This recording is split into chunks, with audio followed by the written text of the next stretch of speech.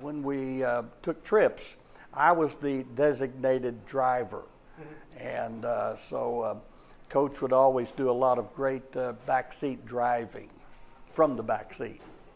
What would he tell you? Just watch the speed, watch the speed, watch the speed.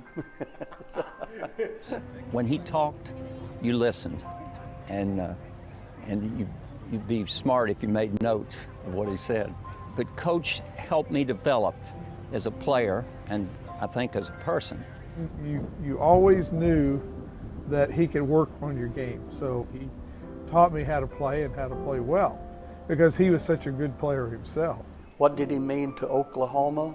A great deal. A source of pride for Oklahoma. Labron Harris, coach, was an icon. Born in 1908 in Dardanelle, Arkansas, Labron Harris moved to Oklahoma when he was 8. In 1927, he graduated from high school, lettering in basketball, baseball, track, tennis, and football. Harris didn't begin playing golf until age 21.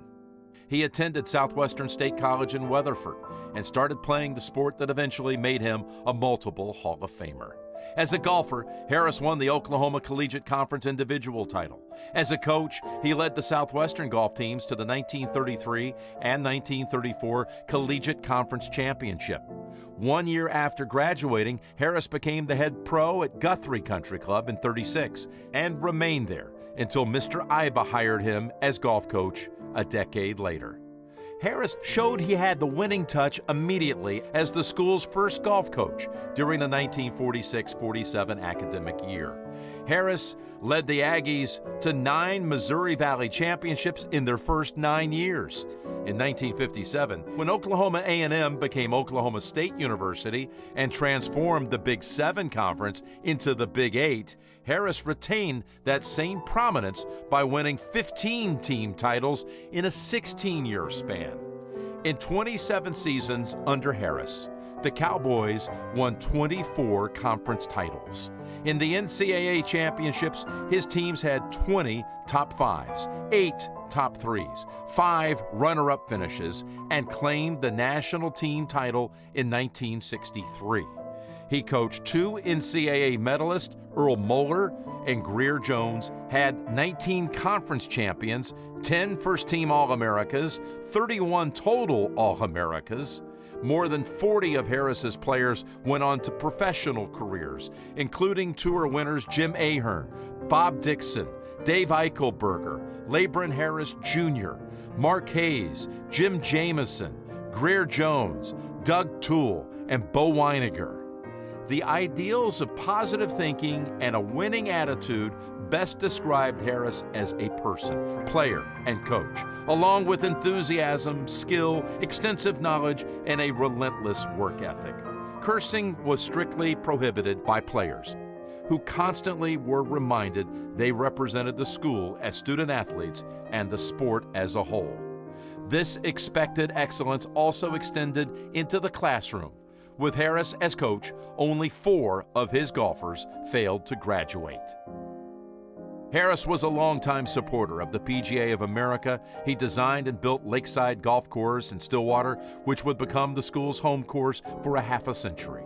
He also designed and built 9 holes at Cushing Country Club and carries design credits at Prairie West and Weatherford, Pawnee Municipal Course, and a handful of other in-state courses. Harris would pass along this knowledge as a course designer to help his players read the speeds and undulations of putting surfaces. Harris stepped down as Oklahoma State's coach in 1973 and was succeeded by 24-year-old former Cowboy All-America Mike Holder, now the school's athletic director. Holder is considered one of the greatest collegiate coaches of all time in any sport. This was an extension of his mentor. The Harris Award is presented annually by the Golf Coaches Association of America to the college or high school coach and the PGA professional whose support of the game through teaching, coaching, and involvement in the community has helped ensure the continued growth of the game of golf and who represents the finest qualities the game has to offer. You know, we need more people like him in our lives. Coach was, he was a competitor, and that's in the best sense of the word. And I think he instilled that in all of us, is hang in there, hang tough, don't give up. You know, I sit here today very proud of the fact that he was a part of my life.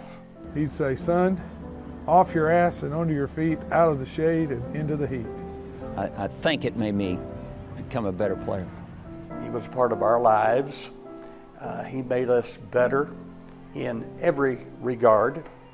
And, you know, those are days and memories that I'm very fond of. Harris retired to Sun City, Arizona, and died August 14, 1995, at the age of 86. Please welcome the father of Oklahoma State University golf into the second class of the Oklahoma Golf Hall of Fame, Labron Harris, Sr.